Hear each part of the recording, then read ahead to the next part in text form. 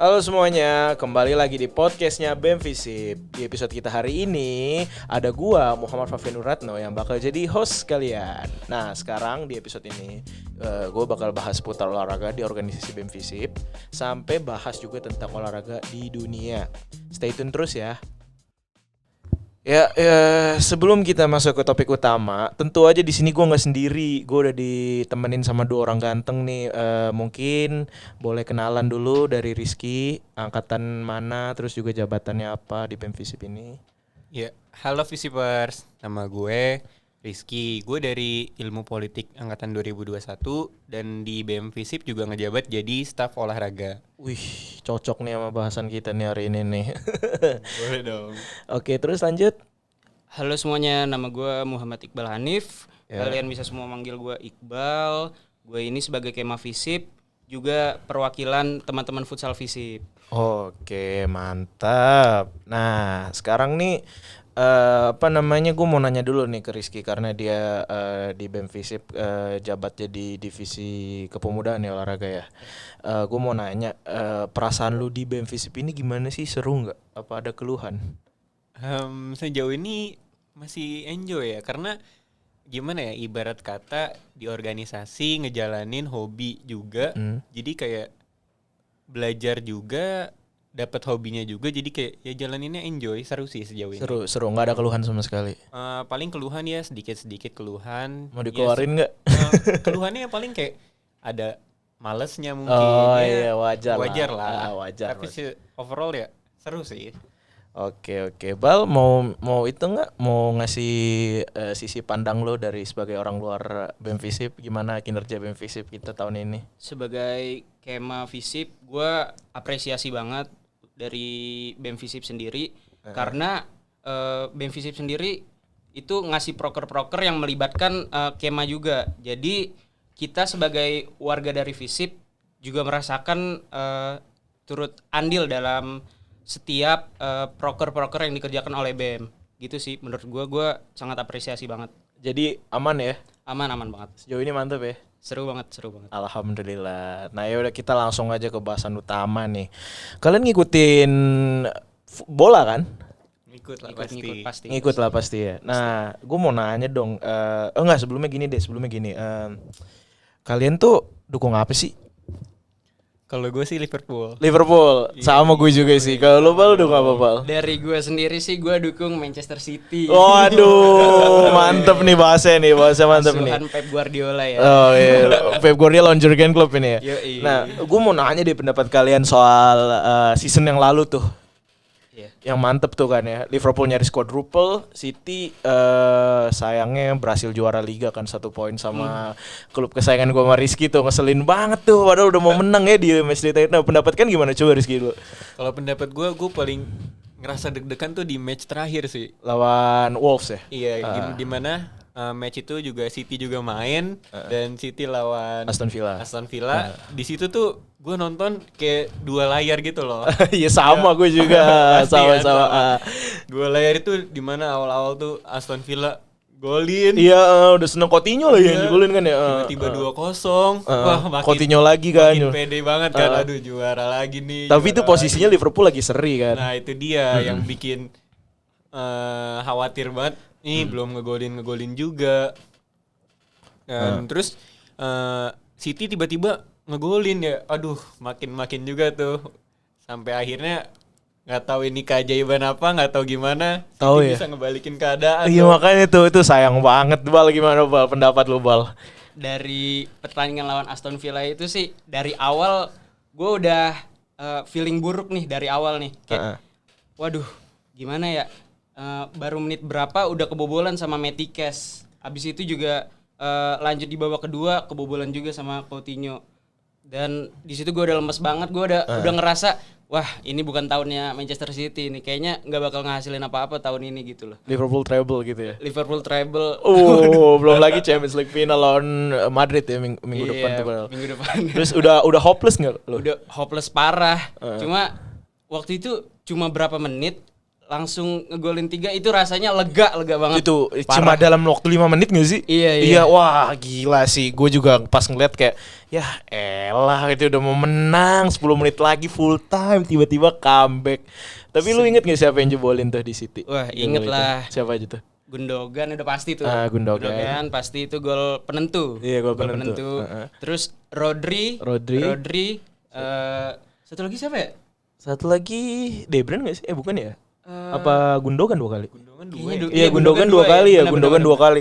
Asis De Bruyne tuh. Tapi itu kipernya juga bukan kiper utamanya, bukan si siapa? Kiper utama Villa tuh. Emi. Iya, Emi Martinez, tapi malah si Robin Olsen ya masalah. Iya. Itu sayang banget 10 menit lagi Steven Gerrard nyaris ngebantu Liverpool juara Premier League. Waduh, ditambah Coutinho juga udah. Iya tuh, Coutinho udah bantu padahal. Coutinho dan Gerrard. Iya, kalau nggak salah Coutinho ditarik, pas ditarik langsung kejebolan 3 nggak sih? Iya, Kan? Aduh, emang Pep Guardiola masterclass. Itu pas Liverpool, pas City udah 3-2, Liverpool baru jebolin 2-1. Jadi kayak ya elah harusnya jebolin duluan sih, soalnya biar mungkin pas kalau misalnya Liverpool jebolin duluan, fans City yang di Etihad tuh pasti udah mungkin kayak ya kejebolan tuh mentalnya turun tuh, mungkin bisa ngebantu kali ya, tapi kan gak ada yang tahu juga. Dan kalau lu tahu juga di Anfield itu, Anfield kan ya? Iya, Di Anfield itu sendiri ada desas-desus kalau misalkan Iya. itu di menit keberapa Ada berita bohong ya. iya ada berita bohong dan satu stadion tuh teriak-teriak. Iya, Dan itu tuh gue bingung wah. kenapa ini, ada apa kegolan kah apa gimana, kayak aduh Gila sih, gila. Lemes. Gue juga inget banget tuh, gue kira kayak emang kejebolan gitu kan. Gue langsung ngeliat Google, tau gak sih kalau misalnya kita ketik Manchester City keluar live score-nya Iya, gitu. live Gue liat, ini masih 3-2, kagak ada apa-apa, dibohongin satu stadion. Apa namanya pada cheer gitu kan, pada wah. Ternyata gagal juga. Ya elah, ya udahlah mau kayak gimana. Mungkin tapi review kalian buat season Premier League musim kemarin tuh gimana, perfect nggak? menurut gue Liverpool sih kayak udah berusaha sebaik mungkin sih, sampai yang sebelumnya piala-piala yang nggak bergengsi sekalipun tuh nggak terlalu diutamain, sekarang tuh kayak didapetin, diseriusin gitu loh. Kayak dapet juara FA semuanya, Cup, iya Carabao. semua diambil. Dan kayak musim ini gue berharap lebih sih, kayak Yes. masih nggak nyangka aja gitu loh, kayak Bener. semuanya pupus juga, kayak Liga Champion juga, aduh. Jujur sih dari gue juga kayak anjir, maksudnya dari gue sendiri Carabao Cup kita berhasil menang, tapi walaupun lewat penalti kita tetap menang Carabao Cup. Kita jarang menang kan di bawah Jurgen Klopp. Habis itu juga di FA Cup berhasil menang juga lewat penalti juga, lawan Chelsea juga. Itu gue udah seneng tuh sejujurnya. Terus gue berharap lebih sih, soalnya kan kita udah ngejar City 1 poin tuh. Gue kira tuh dalam kayak 10 match day terakhir City bakal seri atau kalah, tapi ternyata enggak, sama-sama konsisten. Enggak, kalau nggak salah pernah seri juga, tapi Liverpool juga seri gara-gara lawan Spurs kalau nggak salah. Udah beda 4 poin, tapi si City seri lawan West Ham ya. Iya benar-benar. Comeback lagi kan kalau nggak salah dari 2-0 jadi 2-2 tuh. Itu aduh, tolonglah, itu udah dikasih aduh harapan palsu, ngeselin banget itu. Terus juga di Madrid, gue udah capek-capek bangun pagi nobar sama temen-temen gue, tetep aja kalah sama golnya Vini. Tapi Allah ya udahlah. Tapi sejujur opini lu sendiri kalau Premier League tahun ini seru ya? Premier League seru banget. Kalau lu Bal gimana Bal? Apalagi Manchester City juara ya pasti buat Iya gua. pasti buat lu seneng lah. Buat lu pasti seneng, buat gua enggak. Apalagi di pertandingan terakhir itu kan dramatis banget. Itu ngasih apa ya? Ngasih kenangan 2012 kayak mirip gitu loh buat si gua. Aguero ya. Iya, Aduh. Mirip lah rasanya lah. Lu dukung City itu dari kapan? Dari yang Aguero itu? Iya betul, dari Aguero itu. Itu dari setelah seasonnya apa pas season itu? Setelah season itu sih, karena gara-gara Aguero. iya, karena teman-teman gue tuh pada amazed juga sama Aguero, kayak wah pada ngomongin, terus gue jadi siapa sih Aguero, jadi penasaran juga. Waktu itu belum ngikutin bola. Terus gue lihat-lihat dari highlight gue tonton, wah ini pemain sih keren banget. Gue jadi suka gitu sama timnya juga. Permainannya bagus. Waktu itu sama Mancini kan. Berarti tuh emang City tuh sekarang udah pasti fanbase-nya makin gede lah ya. Soalnya Gede. gara-gara momen-momen kayak gitu tuh dia berhasil ngasih impression sendiri ke generasi selanjutnya lah. Sama kayak United ke sekarang om-om berarti ya yang dukung MU itu biasanya. Iya om-om sekarang kan dulu pas masih kecil pasti kayak ngelihat gol terakhirnya Solskjaer di final UCL yang tahun 99 tuh. Ya pasti ya? iya pasti kayak wah gila MU keren juga ya gitu ya. Gue dukung sama dengan City sekarang. Tapi kalau lu dukung Liverpool dari kapan? Oh udah jelas lah, gue dari kecil dari zamannya Steven Gerrard. Oh dari Steven Gerrard. Ya. Itu dari kapan Steven Gerrard? Yang momen paling berkesan sih kayak dari gue nonton ikut-ikutan doang. Nggak tahu kenapa gue suka banget sama Steven Gerrard. Setiap gol-golnya tuh pasti kayak dari first time. Iya, apalagi langsung waktu shoot yang Liga Champions lawan Milan itu. Nah, lu nonton gak itu? Oh itu gue Masih inget mungkin nggak? masih kecil, masih ikut-ikutan doang. Tapi kayak kalau udah mulai ngerasa ngerti tuh kayak wah gila itu epic banget soalnya dari 3-0 banget ke 3 sama ya. Kalau gue sendiri, gue ini bawaan dari bokap. Bokap dukung Liverpool dari 80s, zaman 80 dari tragedi Hazel, Hillsborough dia nonton. Bukan nonton sih dulu tuh dia ngeliatnya di koran.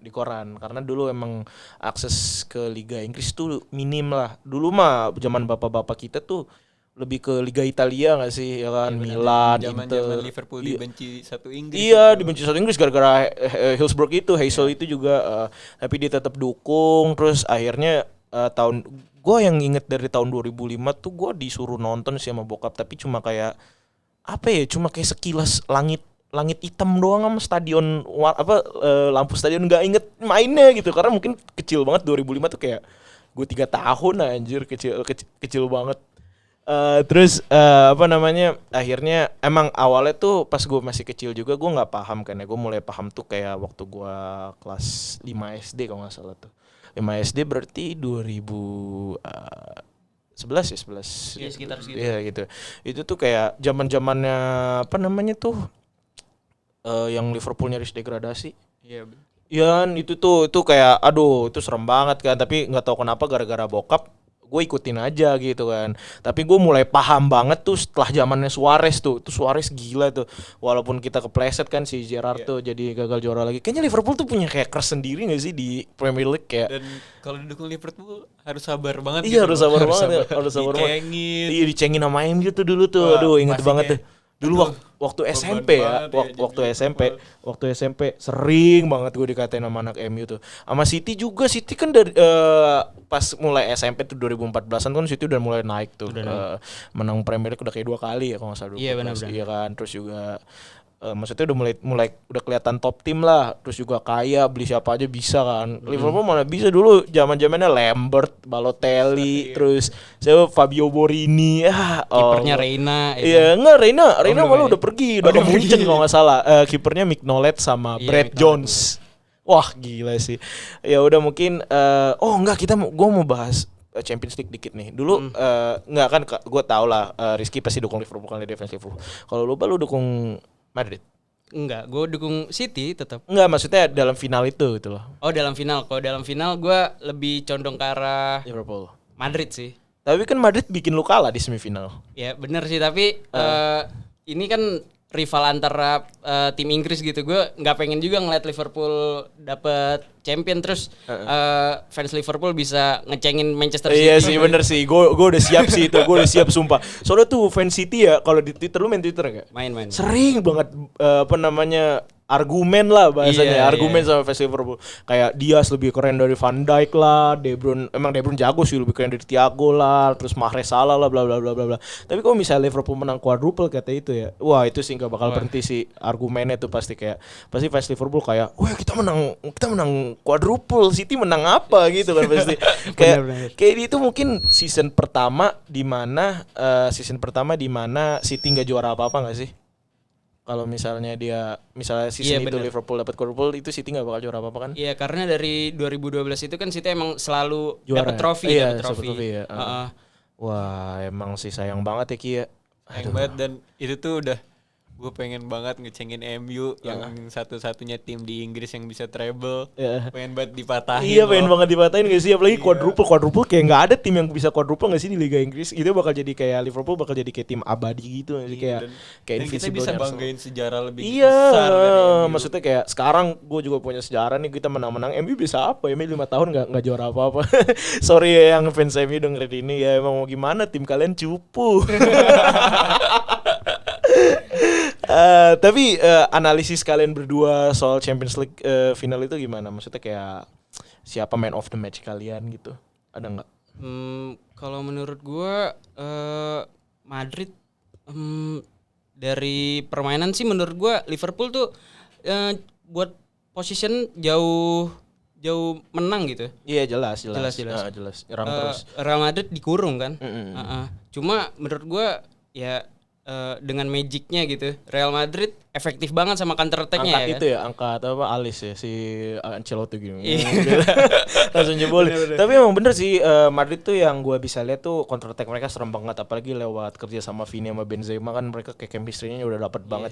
Makanya waktu nonton Champions League kemarin tuh waktu Vini dapat bola tuh lawan Trent tuh, pasti gue selalu deg-degan kayak ini orang pasti bakal bisa ngelewatin Trent deh, soalnya jago banget kan, jago banget. Speednya juga tinggi banget Iya. ya, speednya. Tapi kalau dari man of the match siapa Bal? Kalau menurut gua siapa ya? Menurut gua Vini Courtois. Courtois. Iya, menurut gua save-nya itu banyak banget yang krusial. Benar dari kanan kiri atas bawah semuanya. Iya, banyak banget. Keren ya. Keren banget. Kalau lu Ki? Ya emang sebagai fans Liverpool juga gue nggak bisa debatin lagi sih, emang Courtois itu ya. udah susah banget ditembus, mau gimana pun dicoba emang itu doang penyakitnya menurut gue. Bahkan kalau dilihat dari statistik permainan juga Liverpool mendominasi gitu loh, kayak Madrid cuma ngandelin counter attack yang beberapa kali tapi emang itu krusial juga, dan Liverpool tuh setiap potensi atau serangan yang krusial tuh digagalin terus sama Courtois. Iya benar.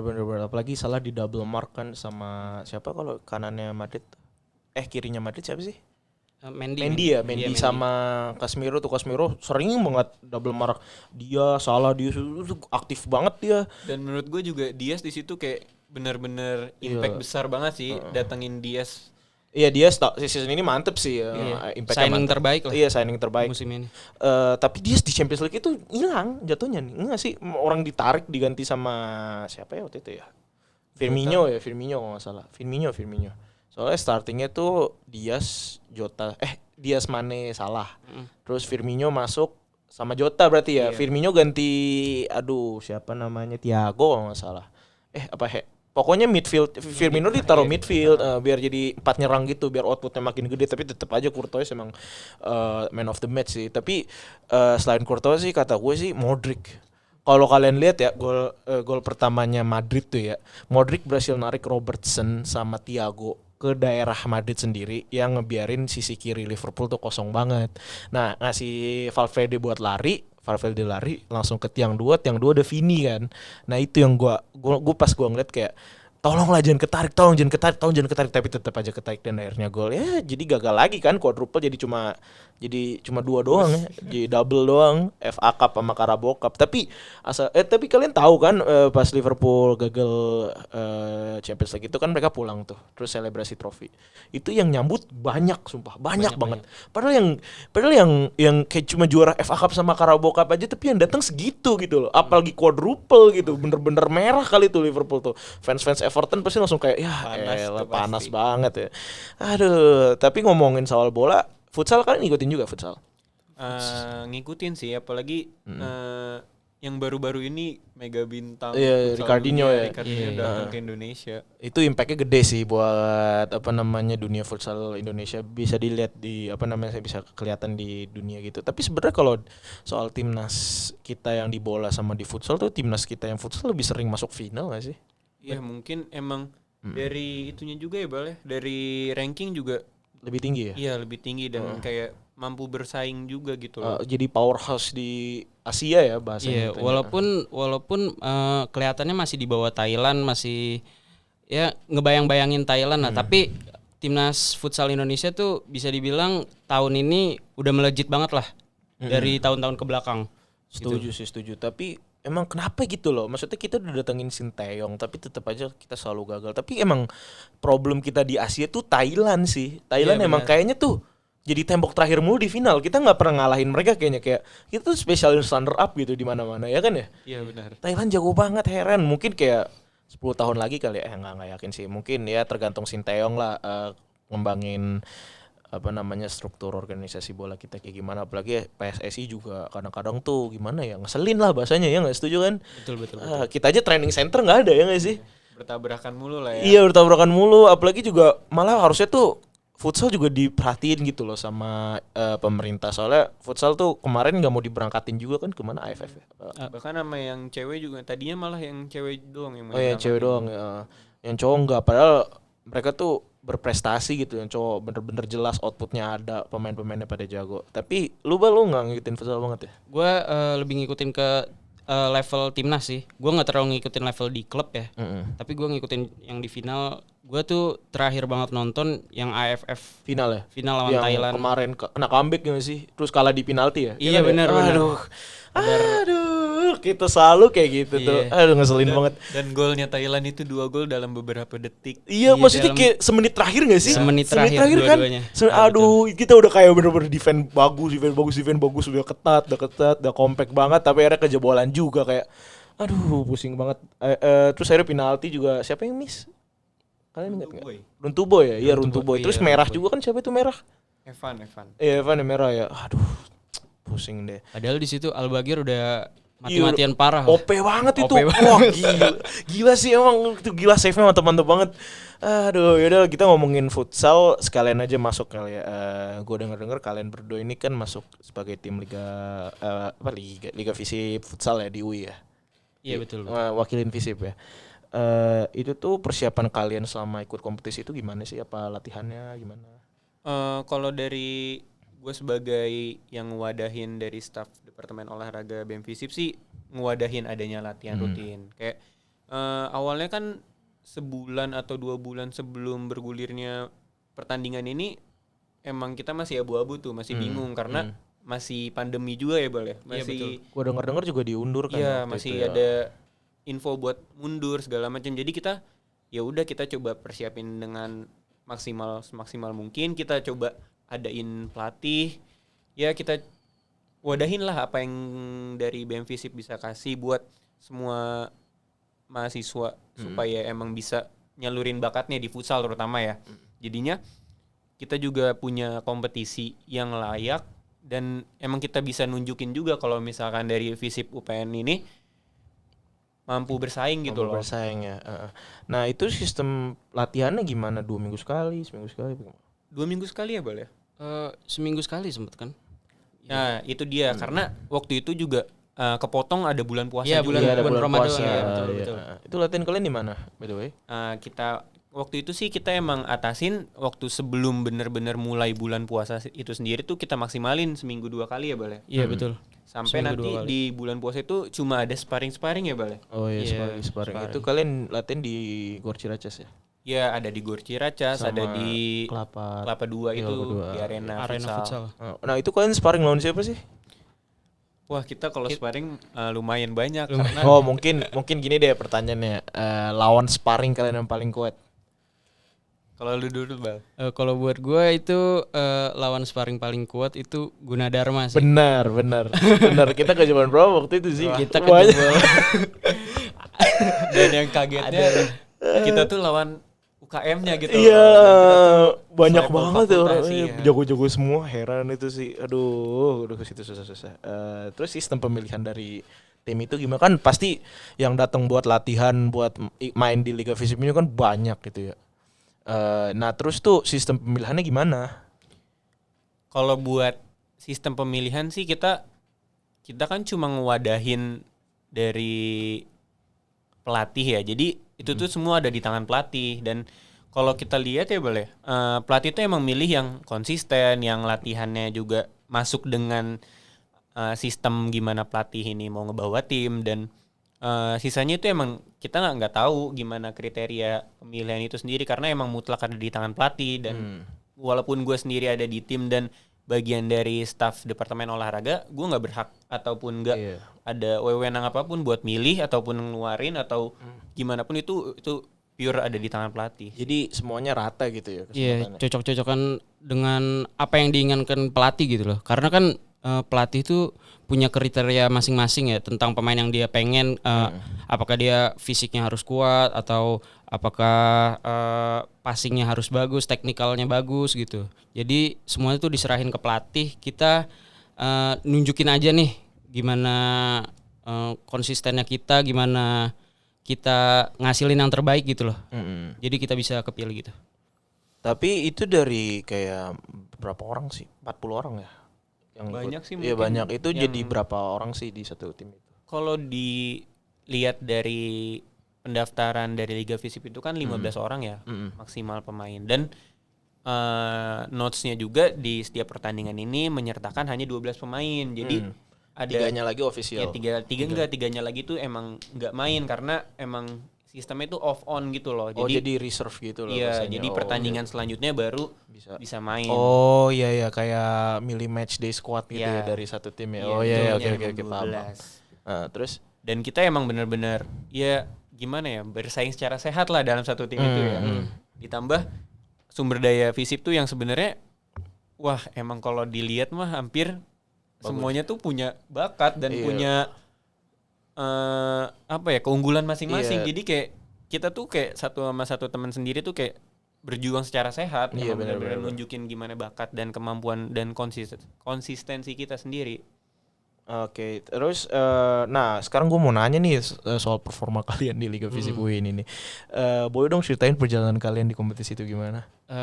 Kalau buat gue, pengalaman pribadi gue ya, gue tuh ngerasanya ini tuh sebenarnya deg-degan banget, soalnya ini turnamen pertama gue semenjak sebelum pandemi. Udah sekitar 2 tahun atau ya sekitar 2 tahun lah gue udah nggak ikut turnamen lagi. Jadi kebawa aja gitu rasanya. Gue tuh pengen nampilin yang terbaik, tapi di satu sisi ada tekanan juga buat gue gitu. Terus gue kan sempet main di salah satu pertandingan di situ. Alhamdulillahnya gue clean sheet.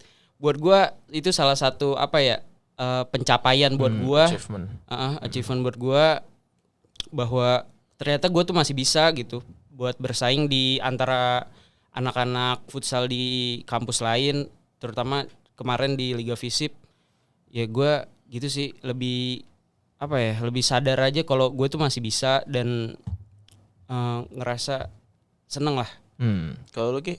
Kalau menurut gue jujur sih ya, ngelihat Liga Visip ini juga pesertanya, dan ya Iqbal tau sendiri gimana ya, pesertanya tuh nggak main-main gitu loh. Bahkan sekelas tim yang udah besar kayak Perbanas, Taks Usakti itu benar-benar ada di situ, dan kayak ini turnamen ini tuh nggak remeh gitu loh, kayak pesertanya juga nggak main-main. Jadi kita tuh emang harus maksimalin juga, dan itu tuh yang buat gue tuh tantangan, kayak jangan mau kalah nama-nama besar, bahkan UPN sendiri yang kurang kelihatan atau kayak belum orang banyak tahu, ya kita harus tunjukin itu loh. Dan mungkin emang belum rezekinya ya. Kita di 2 pertandingan ini dan sistem grup. Itu sistem grup ya? Iya, Kalian sistem menang grup. berapa kali? Kita menang sekali dan kalah sekali, dan Oh, kebetulan tapi seri sekali. Apa main berapa kali sih? enggak, dan Dua ya? kebetulan itu satu grup itu 3. Oh, main 2 kali jadinya ada berarti. perubahan. Iya. Mungkin sebelumnya tuh biasanya satu grup itu 4 dan kayak yang diambil tuh 2, dan karena kali ada ini ada runner up beberapa terbaik ya? perubahan, iya biasanya ada runner up terbaik ataupun dua tim dari satu grup itu maju gitu loh. Tapi karena ada beberapa perubahan di Liga Visip itu sendiri, jadi satu grup ini 3 tim dan yang berhak maju tuh hanya satu tim. Jadi kita itu tergabung dalam grup B ya. Ya grup B Grup sama B dengan UKI sama Vokasi UI. Oh, itu yang kalah kalian di mana? Yang kita kalah ini lawan UKI. Kenapa? Dan Karena kalahnya itu pace-pace 1-0. semua? Karena Ya apa? itu emang benar-benar yang nggak bisa Fisiknya dianggap keras ya, remeh. fisiknya Iya. keras ya. Oke, nggak apa-apa. Tapi menang kan lawan Vokasi. Iya, lawan Vokasi UI-nya kita menang. Siapa yang jebolin tuh? Yang Fabio jebolin namanya. Fabio. Oh, Fabio yang jebolin. Fabio kalau denger lu keren deh, lu bisa jebolin. Mantap nggak golnya by the way? Mantap sih. Mantap ya. Oke. Kerja sama tim. Tapi sayangnya kalian kalah. dan Apa? kalau lu tahu di situ tuh Iqbal ini yang main itu bener-bener totalitas banget sih. Oh, kenapa tuh? Ya kayak Kayak mau Al-Bagir diserang, nggak? ya kayak diserang di mana aja tuh Save ya? dia di save dan Oh. bener-bener nggak kegolan. Al-Bagir dong Visip Al-Bagir. guys. Enggak segitunya lah. Dan itu kalau ditanya, lu grogi Bal? Gue grogi banget. Dia bilang kayak gitu. Sampai gimana pun dia masih kayak sampai udah selesai main pun dia masih grogi rasanya, kelihatan dari mukanya. Tapi emang keren sih. Tapi biasanya ya Makasih lo, Ki. kalau kiper gitu kan kalian lu grogi nih Bal. Terus misalnya lu grogi bola pertama dateng, lu nge-save pertama kali, itu pasti lu langsung pede banget gak sih? Bener kan? bener banget. Shot pertama itu nentuin semua kan? Iya, shot pertama itu nentuin semua. Iya. Kalau shot pertama kita udah kejebolan gitu misalkan, kita wah itu pasti selama mentalnya pertandingan turun banget kan? Bener. Bener. Kayak lebih dari yang tadinya gue udah tertekan, pasti tertekan lagi. Iya bener. Nambah Jadi, beban gitu loh. pas lu nge-save shot pertama itu kayak lega aja gitu, kayak Iya, oke aman. Shot kedua save lagi, lama-lama makin pede, lu nggak bakal bisa kejebolan dari situ. Iya, Itu bener, emang bener. kuncinya kayak gitu sih. Kuncinya emang save pertama. Tapi lu berarti Ilkom tuh banyak ya talentnya ya, Ilkom ya. Sebelumnya Ilkom tuh ada Fatur kayak dari KSA, berarti nanti selanjutnya ada kali the next KSA tapi kipernya Iqbal. Waduh. Aduh, ya udahlah nggak apa-apa, ya udahlah, gimana ya, mungkin bukan rezeki kalian nggak lolos fase grup, mungkin di kompetisi selanjutnya bisa lolos lah. Nah sekarang gue mau nanya nih ke Rizky, gue denger lu itu ikut Porsimnas Wimaya ya di Surabaya. Oh iya, Iya itu sih. gitu gimana itu kepilihnya? Oh itu mungkin ini beda dari FISIP ya, karena ini diadain sama UKM. UKM kan yang mewadahi satu universitas, UPN Veteran Jakarta, dan kebetulan ada event Porsimnas itu sendiri yang diadain di Jawa Timur, dan itu tuh melibatin UPN Veteran Jakarta, UPN Veteran Yogyakarta, dan UPN Veteran Jawa Timur. Dan yang gue dengar dari infonya sih emang ngundang beberapa tim lagi. Cuma inti dari event itu sendiri dari 3 UPN itu sendiri. Dan ini dipilih itu juga berdasarkan ada pelatihnya juga yang megang itu alumni UPN. Dari UPN itu sendiri.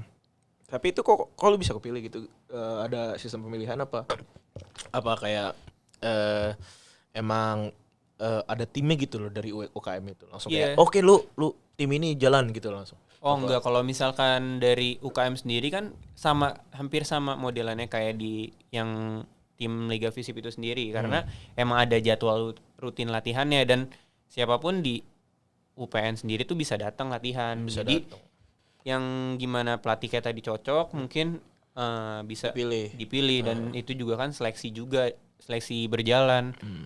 Jadinya bisa kepilih. Tapi di situ lu bakal berapa lama di Surabaya?